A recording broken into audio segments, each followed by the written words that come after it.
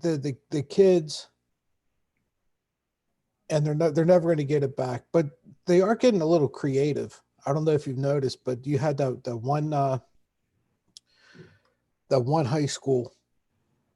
Don't ask me which one it is, but somebody actually recreated their high school in in Minecraft. I mean, right down to the Oh, really? to the lettering, right? And I mean, it was I have no idea how long it would have taken them to do this, but it they did the whole thing in Minecraft, and then actually like the students, I don't know if one person created all of the seniors or if like each one did their own, and then they had their own little uh percent what do you call it, where they're walking across the stage and getting their diplomas and all that. It was really, Commencement. yeah, it was, yeah, commencement. It was really creative. uh and that was nice to see. At least they have something, right? I mean, it's not nearly like it should be, but somebody, it was, somebody took the time and the effort to do that for the kids, whether it was themselves or somebody else. And I thought that was tremendous.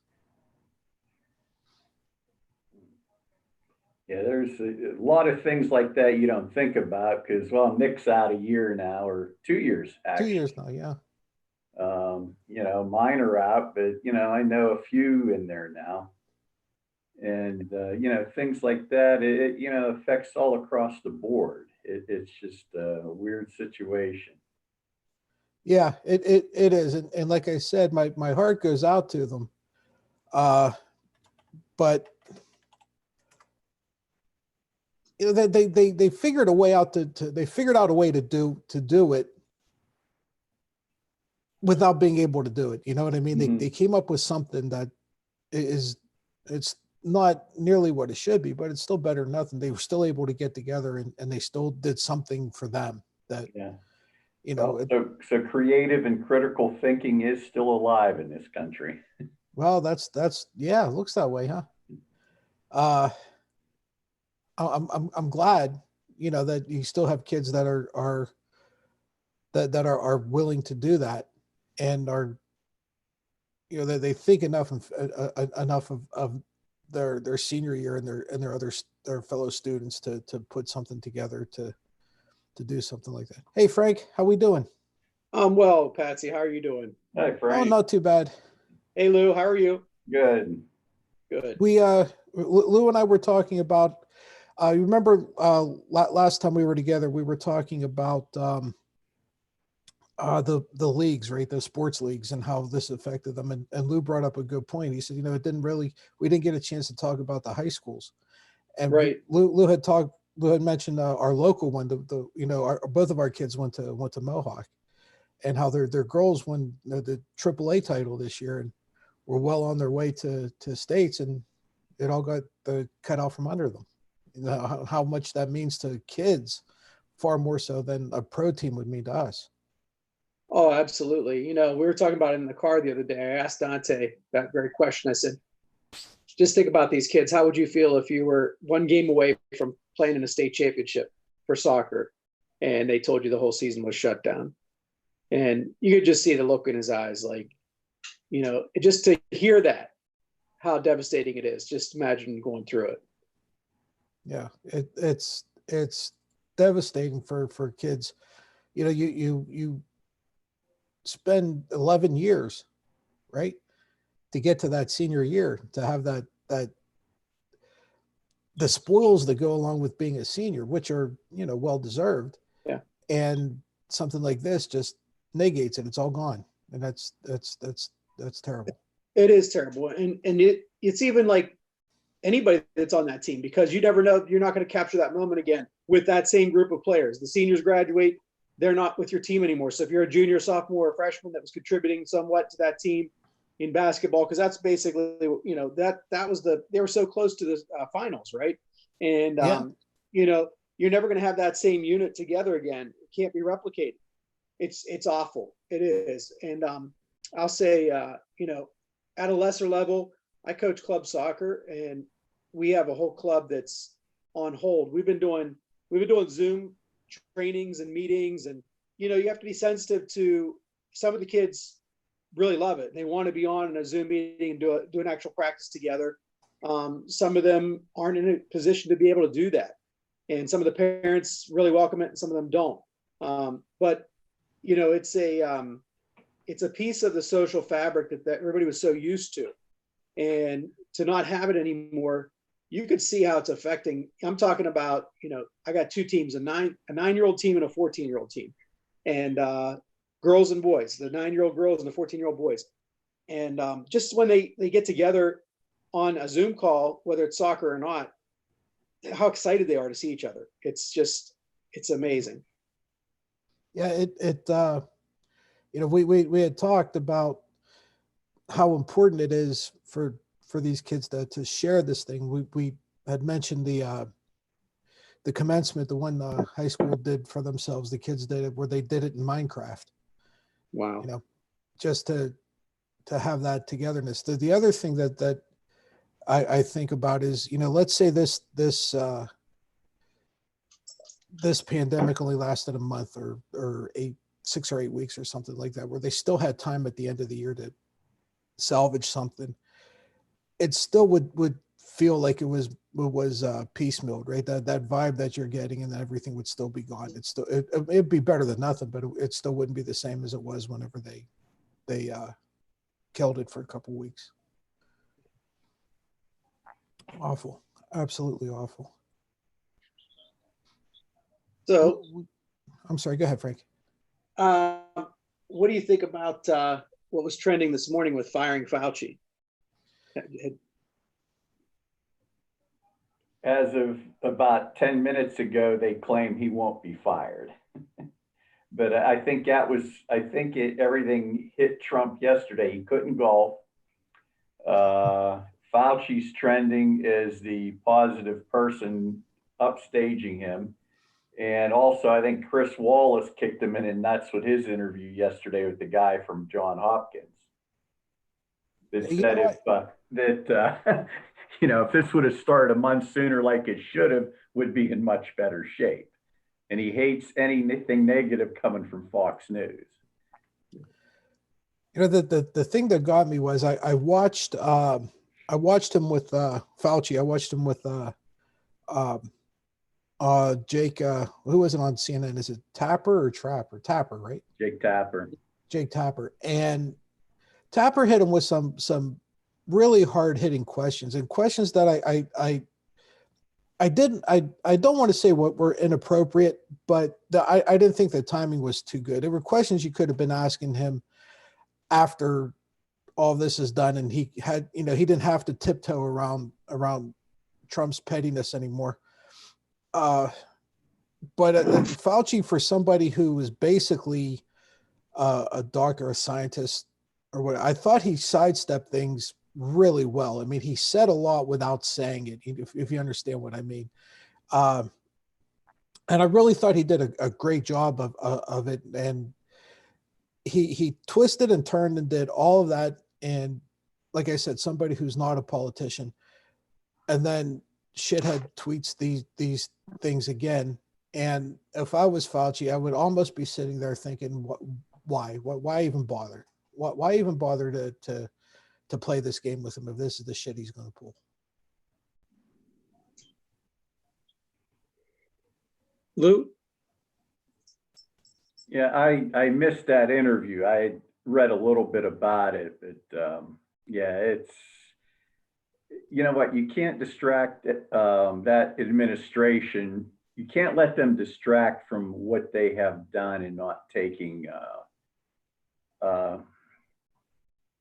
responsibility for what they have failed in. Because now, I don't know if you've been listening today too, there's now the 7 Northeast governors are going to coordinate all reopening efforts between the 7 states, so it's done smoothly at the right time, a little bit at a time, so they at the least risk of reinfecting people or starting that curve back up again. You know, it's going to be New York, Pennsylvania, Maryland, New Jersey, Massachusetts, Rhode Island, Connecticut, and I believe Delaware. Is that what Is that what Cuomo was talking about today? Yeah, that was part of it. I came in on him at 4 a little late with Ari Melber on MSNBC. Then the Connecticut governor was on with Katie Tur right after 5. And he announced that's when Massachusetts was also joining in on that same effort. So they're taking matters into their own hands because the Trump administration won't. Well, that's what we went to, kind of going back to what we talked about last week with Gavin Newsom in California doing the wholesale medical equipment stuff. And, you're seeing more of this where the states are taking the lead. And, it's necessary because I was just on a call today with a guy who runs a few nursing homes. He has a unique business. I'm not going to go into it too much, but he's in Maryland. And, he was talking about how there's really no direction. They're looking for direction. He's been blessed. He's like, I know it's coming. Nothing I could do about it. He's like, but I've been so blessed and lucky that none of my facilities have had an infection yet. But he's scared to death. He's looking for a direction, and there's really nothing from the federal level. He's like, we're getting something from the states, but they're even telling us that they're kind of flying blind because the testing isn't available. There's not a whole lot of information they could pass on. So, he's got all these people in his care, and he's looking for guidance, and he's not getting any. So it goes back to what we said last week, that the states are starting to take the lead because they have to coalesce. Real quick about Jake Tapper, I wanted to throw this out there too, just a little side note. He had another interview with Miller, the nutcase from the White House, where I guess they had to escort him off of CNN's property with an armed, or not armed, but a security escort because he was losing his mind. He was like just on a 180-degree rant, and they couldn't calm him down, so they had to escort him off of CNN set. Wow. Yeah. Wow. First of all, before we go any further, Frank, love the hat. Okay. How about that's I just came in. yeah. If you had a Barcelona one, oh my God. You could have put number 10 on that or something. Yeah. I'm not a big fan of Morning Joe at all. I don't like Scarborough. I don't think I ever will. Mika's okay. What's his name that's on there? I like. Who's the third guy? Willie Geist.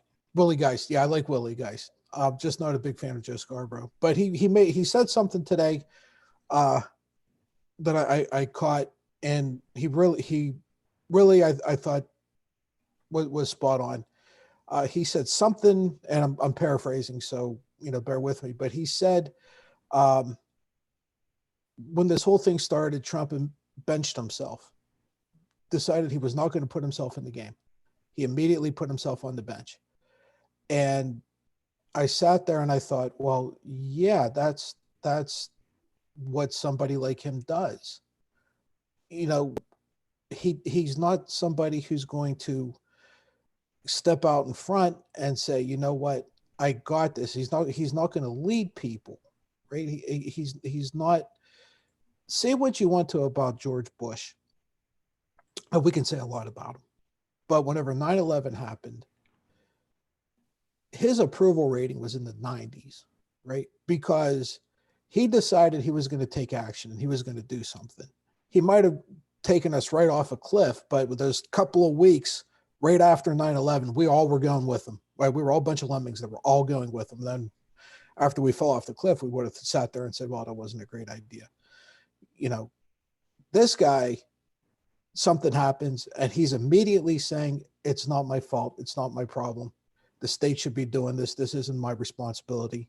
The one presser that he had, whenever they asked him, do you take any responsibility for this? And he said, no, I don't. What do you mean you don't? How do you not? Right? Even if you didn't, you're the guy in charge. You say, yeah, this is on me, and you allow the other states and all these other things to do what they're doing. And if it comes to the point where you have to be the bad guy in order to get stuff done, then you pull all the attention on you. You say, yeah, it's me. You let these folks do what they got to do, and you get through this problem. You look at when Hurricane Sandy hit, right? And you had Chris Christie, who was the biggest piece of shit that's ever been the governor of any state ever, closes down all the beaches, right? And then you see pictures of him and his family being the only people on the goddamn beach. And people liked him more, how he handled Sandy, than what Trump's getting, because Trump decided he's taking himself out of the ball game. He's going to go sit in the stands and be the armchair quarterback. And I don't get how he's getting praise for this. I don't get it. But there's just the MAGA crowd. There's just a hardcore group of them that are never gonna turn on him, and that's just the way it is. But there's a lot of people that are kind of starting to turn and seeing the light. I've got people close to me that are MAGA that admitted for the first time on Friday that this is scaring them. And, that was a big admission from the people I heard it from. And in addition to that, I think we have one thing that Trump said that's going to expose him is he was talking about the reopening of areas. And he was talking about, this is a big decision. It's the biggest decision of my presidency. So how can he ever avoid talking about his involvement in how this disease spreads or doesn't spread when he's going to put himself out there and say, I'm going to make a decision about reopening things in the next few weeks. Because if he does nothing, then the economists, the people that are upset about the economy are going to say, well, you did nothing. You sat back and you didn't take any action. And if he does do something, he opens things too early or too aggressively, and it causes a spike in the disease, then he'll be on the hook for that. So you can't claim he's squarely said, I'm going to make this big decision. It's the biggest decision of my life. So he did bench himself before, put himself back in the game.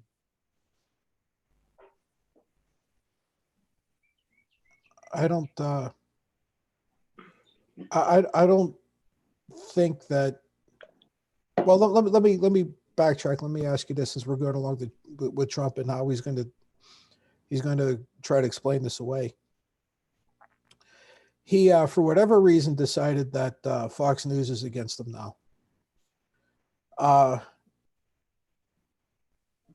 Because of what's his name, I guess, on Sundays. Is it Wallace? Lou, you had mentioned him. Chris Wallace. Yeah. Do you think that's a distraction?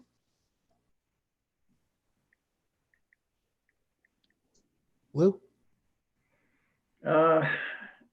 Who, Chris Wallace saying that, or Trump? Trump going after him. Deciding that Fox News isn't worth a shit now because Wallace asked a tough question. Well, Wallace did, but don't forget, by tonight, between Carlson, Ingram, and Hannity, they're all going to be implanting their lips on his orange ass too, saying Chris Wallace made a mistake. That's how that spin machine works over there, though. So he'll be back right at him. He'll just put the pressure on Murdoch to do something about Wallace. I'm sure, especially if Wallace does it again next week.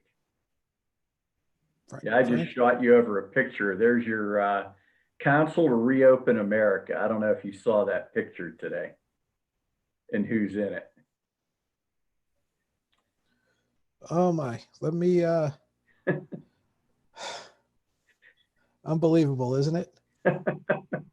Tonight with Mark Meadows, Larry Kudlow, Wilbur Ross. Wow, the confidence that he instills. Jared Kushner and Ivanka Trump. Yeah, that's great. Yeah, you like that? Yeah. That's an all-star team right there. Believe it or not, the one I would believe the most, although he's grubby, as much as any of the other ones, but to have a little bit of common. I mean, I don't treat it when it goes time, but as far as having a little bit of lick of common sense, I'd say he would be the only one. I thought Jared was busy getting guaranteeing peace in the Middle East. What the hell is he doing? What the hell is he doing on reopening America? Can he? Yeah. Can he multitask like that? I mean, that's asking a lot for him, isn't it? Yeah, I think. I mean, how's he supposed to be So back, selling those? How's he supposed to be selling that PPE equipment too that he probably got his hands on? yeah. The guy's amazing. He's a machine. You know that? Back to your question about what is a distraction. I do think there's a lot of things that are a distraction right now. I think the fire Fauci thing this morning was a distraction that was trending this morning. I think that Trump retweeted that just to get he knows he's not going to fire him, at least not right now, because it would doom him. But it's one of those things where I'll throw this out there and see if people start paying attention to that more than other things that are going on. It's like, look over here while we go do all these other things over here. The thing with Fox News, I agree with you, Lou. He knows he's got his backers over there, and that those backers are going to be louder for longer periods of time than Chris Wallace every day, every night. And he's got more of them coming on every day than just one Chris Wallace or Brit Hume, who occasionally Brit Hume will tell the truth. But usually he doesn't tell the truth either. But anyway, you got one guy or maybe two at Fox News who will go against the current, and the rest of them will back Trump. So I think it's a distraction. I think going back to Fauci a little bit, though, it's a little bit of a trial balloon. It's like, let's see, can I put this out there? How bad will it get? What kind of pushback will I get? And if the time does come where I really want to just cut this guy out, can I do it without too much of a rumbling? So, right now he probably knows now's not the time for a lot of reasons, but it's a distraction. Wasn't he wasn't he pissed off at one of the hosts for their Sunday or weekend morning? I think it was Sunday morning, Fox and Friends too, because she said something that he didn't like, so he wanted to get rid of her too. I could have sworn I saw something like that. I don't even know who the fuck those people are over there, but I guess there was one of did they have their token woman like for everything, right? It's like Monday through Friday they got the blonde that shows her legs in the middle, and then they have the same thing on the weekends. Is that Yeah, it? They just have different people. Yeah, well, I guess whichever one was on the weekend really pissed him off for some reason. God forbid a woman has a brain. I don't get it. But thought. Yeah, and I mean, I understand that somebody that has a brain and actually uses it and is actually on Fox, to hit that trifecta has got to be, that's one in a million. But I guess he was pissed off at her too. I said something like, "We got to get rid of her" or something like that. She has no business being on TV. I don't know. He came up with some bullshit. But yeah, I agree with both of you. I think it's a distraction. I don't think he's. I don't think he has any intention of doing anything that's going to hurt Fox's ratings, because he doesn't have anything else. He's busy enough killing off his only supporters. So he can't kill off Fox News too. God, he'll never get a vote.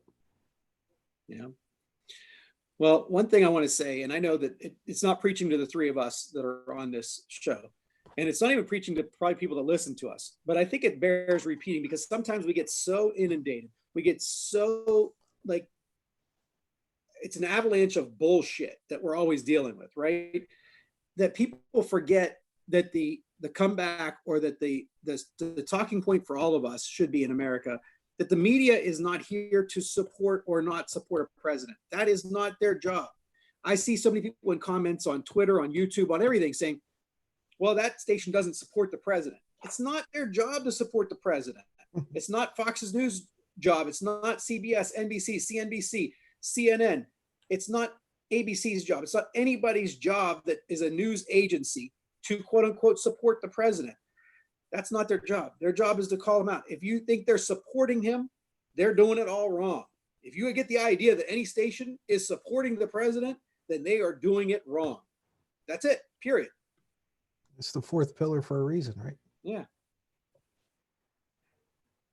And I'm not just talking about Trump. I'm talking about any president. They're there to call out injustices, to call out fraud.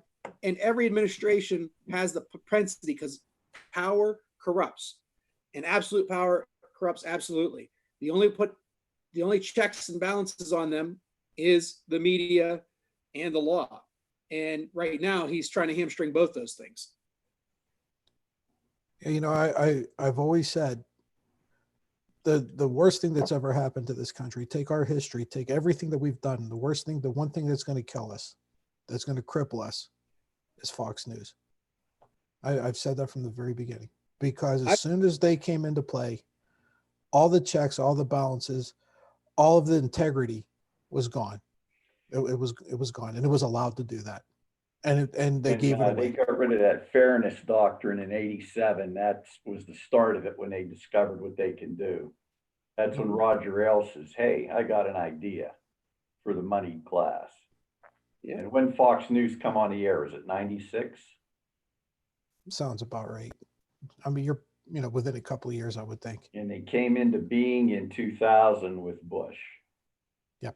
During that election, that's when they kind of made their mark with the Brooks Brothers riot, so to speak, in Florida and that crap with the hanging chads. Yeah. Yeah. Yeah. October And 1996 was when they came into existence, Lou. You were right, 1996. and I'll give you I'll give them credit. Els and Murdoch did a great job. They put it on the free tier for all the cable networks, right? So that's where MSNBC fucked up, is because you had to pay the higher tier in order to get them. So their only competition was CNN, I believe, and at the time CNN was going through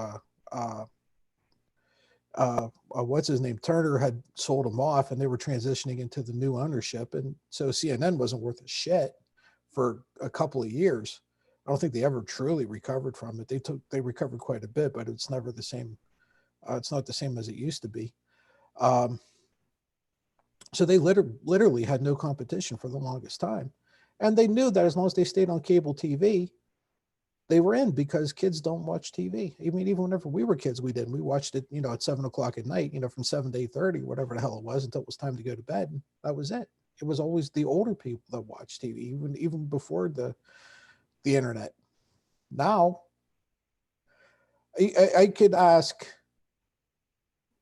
my son and literally everybody he hangs around with and ask them, pick whatever, pick any show you want, the most popular thing on broadcast or cable TV. What time or what day is that on? They couldn't tell you, right? They couldn't tell you, but they can tell you everything that ever happened in the Tiger King, right? because whenever Netflix does something, they throw it all out there and you watch it whenever the hell you want. And the only people watching scheduled television now are the older people. And coincidentally, they're the only ones that vote. So Fox knows exactly what they're doing. He knew it 20 years ago. He had this one pegged 20 years ago. Just a quick little note, and I'll see if I can find it and share it on the screen, but Why Fox News was created by William Falk. It's a great read. Everybody should take a look at it. It's a short read, but they talk about it being born in the Nixon administration, because that's where Ailes was initially. And Nixon wanted to have his own news source that would lead a brutal, vicious attack on the opposition. Sound familiar? Yep. Yeah, I remember. If he didn't have a chance, if either of you or anybody watching didn't get a chance, if you haven't yet, listen to Rachel Maddow's Bagman podcast. I think it's 5 episodes or whatever it is. And they're about an hour long, 45 minutes to an hour long. And it talks about specific people in the Nixon White House and through the whole Watergate thing. It will blow you away. You would swear she looked at what's happening now and just did something, made it 40 years ago or something like that. It will knock your socks off to see the similarities and what these folks wanted to do as far as the media is concerned and what we have now. It's absolutely phenomenal. Looks like we lost Frank. I'm here. Oh, okay. All right, there you go. Just going to something so I can share my screen here, hopefully.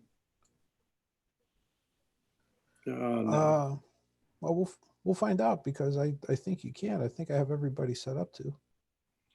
If not, Yeah, I think We- that was a combination starting then that Nixon wanted his own network, plus the conservatives were tired of the FDR, Truman, Eisenhower policies of the New Deal, taking the money from them that they thought was theirs and not giving, they wanted to get it back from the working class.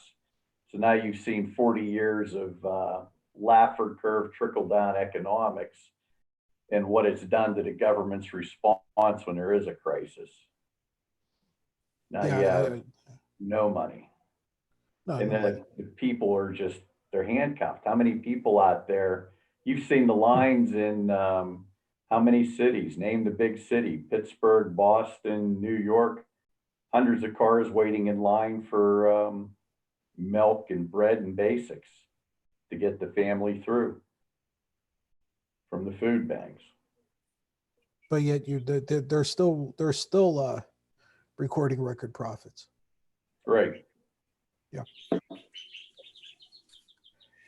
Were you able to get that, Frank? No, but I'll just tell everybody it's it's from the week, and it was published November 22nd, 2019. It's called Why Fox News Was Created. If you wanted to send that over the Discord thing, I'll throw it up because Sure. apparently I can. Okay. Cool. The Discord thing, you can tell we're right on top of this newfangled stuff here, aren't we? Oh yeah. There we go. In well, let's take care of this first. Let's see what we got here. There we go. So the week, this one, right? Yep, that's the one. Who is that guy? Look at that. Yeah, I mean, you read that first line, right? Just read the beginning. Yep. Look at People are late. With television, you just sit, watch, and listen. The thinking is done for you. That's it. That's it. And Yep. it's funny how that's what that's what people want, right? Well, it's not even a very long read. I mean, come No, on, that's what I folks. said. Short one. Yep. Yeah, But it tells you a lot in a few paragraphs. That's for sure. yeah, it does. It says a lot. If you want to, if you have 20 minutes, look up John Oliver from a couple weeks ago, Sunday night, when he talks about One America Network, One America News. I don't know if you've heard much about them. It's interesting because I've seen their reporter at the pressers, and then it made sense after he talked about it. Yeah, they're another one that's dangerous, and so Sinclair Broadcasting. Oh, Sinclair is terrible. Yeah. Sinclair owns tons of stations. Yep. Yeah, that they should not be allowed to pull the shit they're doing. No. There's no way. I'll do a little bit of interesting news today, though. I don't know if you guys were able to watch it. One of the advantages to having everything is so spread out, especially where I work, is the fact that I can actually throw YouTube up on one of my monitors and be able to have something playing while I'm doing the work. It kind of breaks the monotony up because it's just quiet as a cemetery there. No pun intended.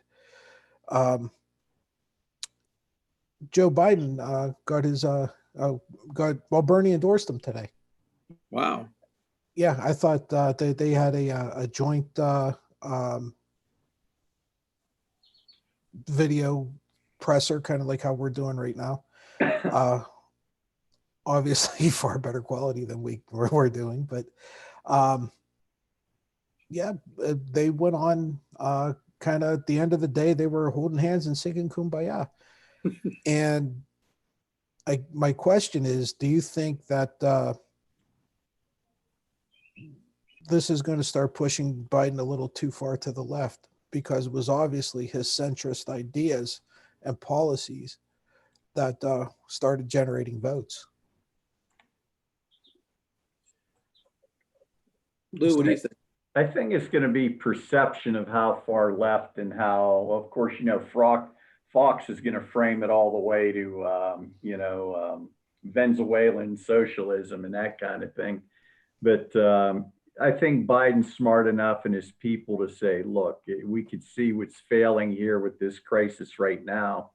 We do need a plan. I think Biden, which he's probably right, it wants to slowly fade in a Medicare style plan for everybody, giving people up to certain age groups a buy-in, because he knows you can't just snap your fingers and do it overnight, especially with the situation everybody's in right now. And you aren't going to be able to do a thing if you can't get rid of McConnell and at least take back the Senate majority. Yeah, and I think the other thing that's going to be troublesome for the Trump crowd to really pin on Biden is, how do you explain that he's now adopted a far left policy without him putting any policy points out, without him talking, without him saying anything that would, be specifically geared towards saying, here's a policy that I'm going to go out and enact when I'm president. And this is what I believe in. 100%, this is my policy platform.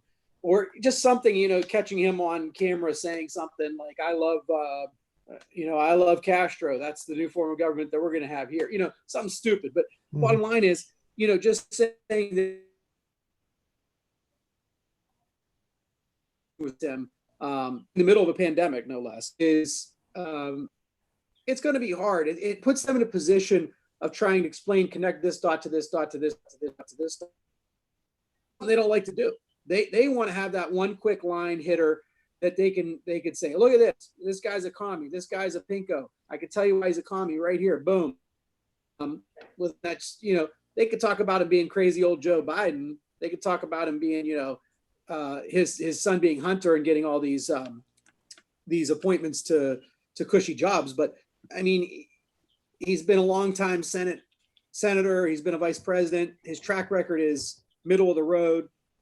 He's an old guy. He's not going to change overnight. I watched that whole thing, and I didn't watch it. I listened to it, most of it. But what struck me is both of them had called. I don't want to say called for it. They discussed an idea about what do they call it? Universal basic income. I might be wrong with the exact terminology, but you guys know what there's this idea that I'm talking about. That's it. I'm not so sure I actually like that all the time, but I think I can't see what would be wrong with being able to implement that in the case of an emergency like we have here, right? We have a pandemic where nobody can go to work, and instead of giving you $1,200 and telling you go ahead, that's all you got, enjoy it, you're going to be guaranteed an X amount of money for as long as this thing goes on. Of course, the downside to that is that just means they're going to start cutting it short sooner than this shithead wants to now. But you guys think that's a decent idea, or are you all for the universal basic income? So let me jump on this real quick first. Yesterday, from his mass in Rome, Pope Francis advocated for UBI, universal basic income. Interesting that he would use an Easter Sunday mass to talk about that. I think that it's come a long way because of COVID-19. Andrew Yang ran on this, was one of his big platforms. Everybody kind of laughed it off when he was talking about it, a few months back, 4 or 5 months ago.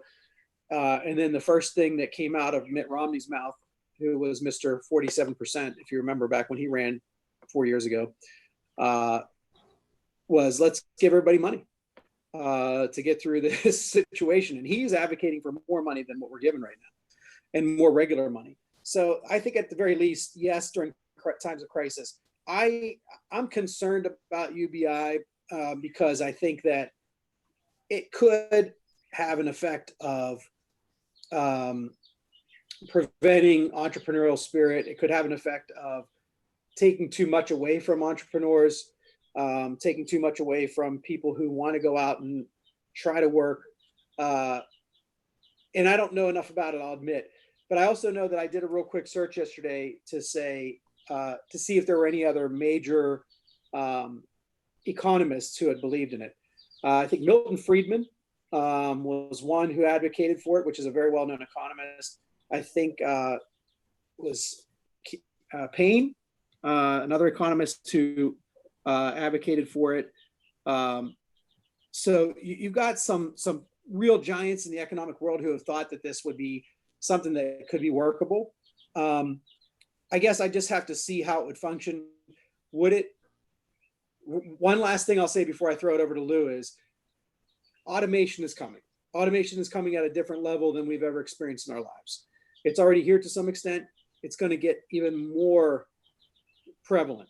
You know, we've got drones delivering packages. We've got automated, assembly lines. We've got robots that make things at your plant, Patsy. We've got, we've got restaurants and grocery marts that are pretty much some places in the world that are run by machinery only. Cars are driving themselves. And when that's going to really become big is when delivery trucks drive across the United States, drive themselves. And that's coming. So this huge, union of truck drivers is going to be out of work. So how are we going to pay? How are we going to have jobs for everybody to make money? There will be. We have to change the way we train people, but it does make me think of, is there a way that companies can pay into a universal basic income fund, because they're going to be making tons of money from automation with no workers. So maybe that's something to think about. Lou? You know what? I did see an article a while back, and I was trying to remember where I read it, and they ran the numbers on universal basic income. And at $1,000 a month, I think, Frank made a good point with the entrepreneurial spirit, but I think really, if proper education with critical thinking, I don't think you're ever going to hold that back. There's people that are lazy that are always going to be lazy. My God, I worked with World War II generation when I first was coming out of college. And believe me, there were just as many lazy World War II vets as there are millennials. I don't see the difference. It's you either work or you don't. I worked in the mills. Believe me, I got hell because I put out too much product in a shift because I was hurting their job count. This is the truth. Yeah. I got, one of the old, hey, come here. You got to stop at 135. You're making us look bad. Yep. When I got that equipment running, and you're talking 40 years ago, it's at that time, 135. If I could run it in 5 hours, somebody that did it more than me should do it quicker than that. You talk about productivity. And Frank also had a point about, you think about it, 10 years, you'll have local delivery truck drivers. You won't probably have a long haul driver anymore. They'll figure all that out. But they were doing numbers on that universal basic. And when you think about it, there's people now that have retired or disability and not kept up with, the cost of living. I mean, they're scraping by and they're eating macaroni and peanut butter. I mean, and $1,000 a month, what's the return on investment? For somebody that's making, 200 grand a year, well, they don't care about a grand. Somebody that's getting $800, $900, $1,000 a month, well, you know what? That 1,000 they got, you think they're putting it in the bank? Guess what? They're going to eat some good food. They're going to buy some clothes and a vehicle. It's going to be spent, and that's what creates your return on investment. That's what creates jobs, because I don't care, rich people don't create jobs. Consumer demands what, 90% of the economy? 85, 90%. I know it's a pretty high figure. You know, I guess take out the defense contracting number, and the rest of that economy is consumer driven pretty much. Yeah. You know, and they're going to buy consumer goods. You know, whatever it may be, restaurant meals. You know, that somebody on $1,000 a month now, do you think they go out to eat? Probably not. No, no. I mean, you got stores now. I mean, Bezos is making his retail stores where there's no cashiers, right? I mean, you don't even scan it like you do at Walmart, right? And these, you know, people think that Walmart's cutting edge, right? I mean, you go into I know there's some of the Whole Foods. I know a lot of the Amazon they're not warehouses, they're Amazon Direct or something like that, whatever their brick and mortar places are. You just walk in with the app on your phone, you grab what you want, you walk out. I mean, you literally don't even scan anything. It's just, I don't know if you scan it, you know, right there, and then you just put it in the bag and leave. So there has to be some way of tracking it. But so you're already looking at a huge section of work. I mean, I don't think I promise you the three of us know at least three other people who's worked retail, right? I promise you we do. Mhm. Some of them may still be doing it as a second job, or, you know, hard times, or whatever the case may be. But I promise you, all three of us know at least three people. Mhm. And that's going to go away, right? And that's going to go away. You're not going to need people to, You'll need you them know, to stock. yeah, well, maybe, yeah. But if you look at the automotive industry, right, where everything is just in time, nothing sits on a shelf. I know a whole bunch of people that work for, I forgot who the supplier was for Lordstown. They did all this, the seats for the cars. They didn't keep an inventory. They just tracked where something was. Okay, so they didn't stock anything. They put a seat up on a shelf. It was there up until that car came through, which was anywhere from 5 minutes to 30 minutes away. That's the longest time anything they made stayed on a shelf. So this idea of even stocking things to a large extent is going to go away. You're not even going to have people in the back doing that now. I mean, you might, but if you have 5 people doing it in the back now, taking the stuff off the truck, getting them all set up to put up on the racks outside or out in the storeroom, that 5 is going to be knocked down to 1 or 2, and that's going to come pretty quick. That's going to come as soon as it becomes cheaper to do that than to keep these folks employed. As soon as the automation, the transfer the over to the automation becomes financially viable for these guys, for these stores, people are going to be out of work. I don't know how much into retail you were. I worked for Coca-Cola for about 5 years, and we were in what they call DSD, direct store delivery. And I don't know if you ever noticed, when you go into any supermarket at certain times, you'll see people stocking, and I'll give you the ones that it's mainly done for: the chips, snack foods, chips, pretzels, that kind of thing, your soda pops, and cookies. Those are usually not put on the shelf by a store employee. The trucks drop the material, and within that same part of the day, a rep from Keebler, Nabisco, Coke, Pepsi, 7 Up, whoever it may be, come in and put that product up. Especially pop during the day, if you're having a sale, they'll have merchandisers. They'll come through twice a day restocking that shelf, because normally a supermarket won't do it if they're busy, because they don't have enough personnel to do it. Possibly see more of that going, you know, because that's when it comes in with your store merchandising and facings, and companies buy the certain shelves on the store because they have it down to a science, where the average shopper is a woman. She's so tall, and she sees this shelf. That shelf's the number one shelf. Yeah. You know, and it goes like 1, 2, 3, 4, and the top shelf's number 5 preference, because that's the high shelf where the normal shopper cannot see. Lou, was it you that was telling me, this is going back a few years, you know, back whenever we shared an office, Was it you that was telling me that these soft drink folks would swap out just between each other who got the better shelving that week or something like that? Well, yeah, I used to do it with the Pepsi guy to make each other look good when the big shots were coming around.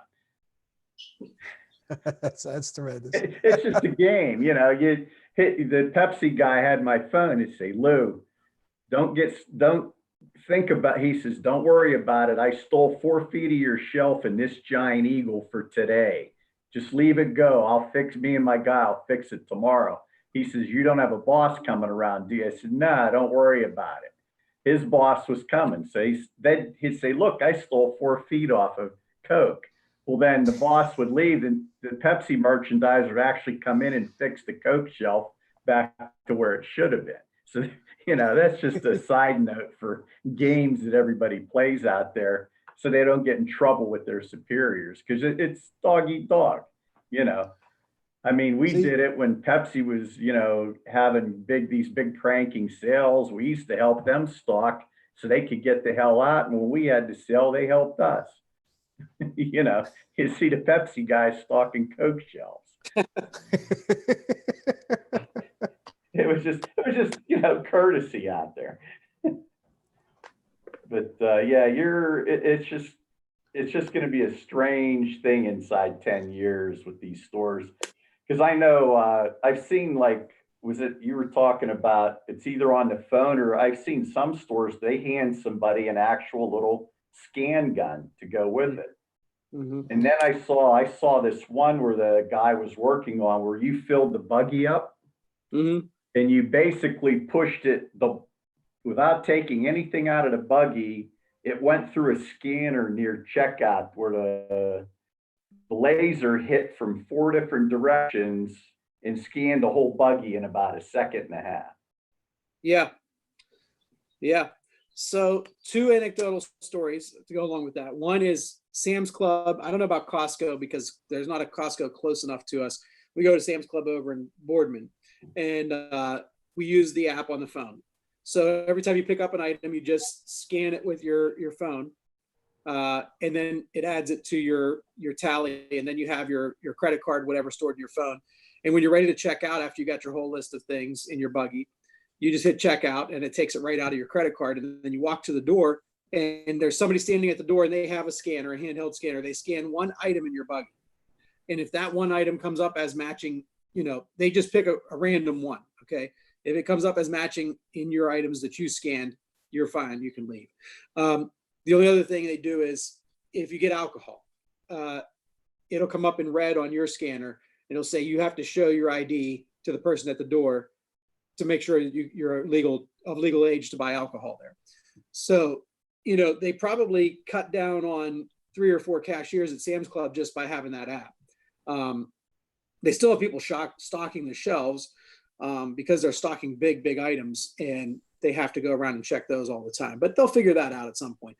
The second anecdotal thing is this little card here is from Esselunga in Italy. Esselunga is a supermarket in Italy. You go in, you stick this card in a slot, and then you get your own little scanner, like you were talking about, Lou. You get your own handheld scanner. Or Patsy, I can't remember which one of you guys was talking about it, but you take that scanner around with you, and as you fill your cart, you hit the barcode with that scanner. You go up to the cash register. The cash register is manned by a person, man or woman, and they basically, you put the scanner into their system. They just also hit your cart with their scanner to make sure that you're good, that some item shows up, and then you just check out. So there is no rolling it across their scanner, at the checkout line. It's just, it's a much more efficient way, but they still have somebody sitting there at the cash register to check you. Yeah, I'm wondering though, Frank, if that isn't more of a not a quality control thing, but an inventory control thing, just so they're not, nobody's stealing anything. So it's not really a necessity as far as being able to run and keep things going in the store. It's just a matter of security more than it is store operation. Yeah, in both instances, I think you're right. Yeah, I belong to Costco. We always go to Cranberry normally. They don't have that app like you were describing for Sam's. Not yet. Not yet. You're still going through checkout, but I should look at their app. Maybe they do have it now. I don't even realize it. Yeah, Or if we have- I'll be honest. If they did, then I'm going to be a member because I want to do that. Yeah, and if we have a friend that's a programmer, then they should create an app for him and make a bunch of money. Yeah, I wonder if we know anybody that can do that. I don't know. She really should get on here more often. Well, guys, I think maybe we should stick a fork in this, unless Frank, that thing that you shared, did you want me to put that up on the screen? Just to show everybody that it's that I wasn't making up things. Yeah, that'd be cool. Okay, let me throw this up here real quick. You want to talk us through it? Yeah, this is just what I was talking about earlier when you brought up the UBI, that Thomas Paine, one of the great economic minds that the world has known, was one of the first proponents of UBI. And he wasn't the only one. There's others this is just an article that basically confirms it in long and short form. So take a look at this if you get a chance. Talks about, how you can point back to his beliefs and why he did in fact support this kind of program. So look, I'm not an economist. I don't know how it would work, as I talked about earlier, but there are people who are economists, and they talk about Martin Luther King also in this, that he was a proponent of it. But in any event, Milton Friedman is definitely an economist who believed in this as well. So take a look at it, educate yourselves on it. Don't take my opinion. But I think we made some good points here today. Lou, I really liked what you said about the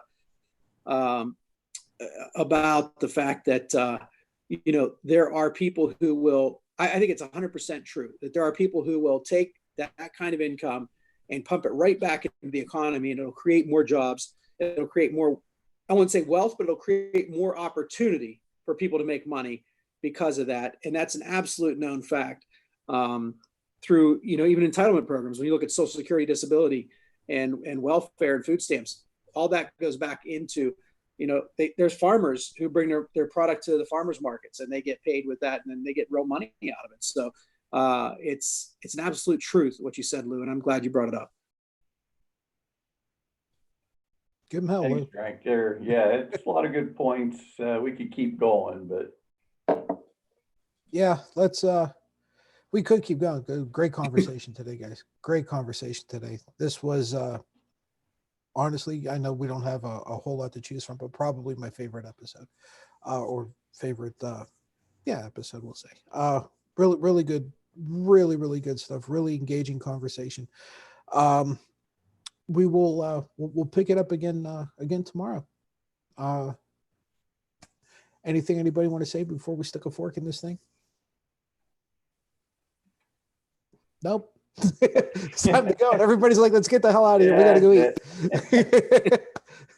By the way, Frank, just to let you know, yes, I had stuffed shells yesterday. Oh man, you rubbing it in.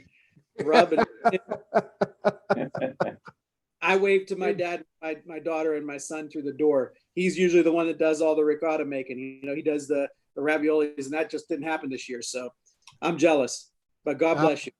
I honestly, I'm not making this up. I thought of you whenever I was eating them. I was like, oh, I hope Frank's got something. I hope he does. But how important sauce is to us Italians, boy, you have no idea. The three things you can always count on, right? Sauce, no matter where you are, family gathering, sauce. Number 2, there's going to be a mass. And number 3, it's going to take you an hour to leave. Right? 3 things you're going to count on. That's like we're doing right now. That's like now, right? Okay, guys, we'll pick it up again tomorrow. I promise. Same bad time, same bad channel. Everybody watching, thank you very much. We'll see you guys tomorrow. Bye-bye.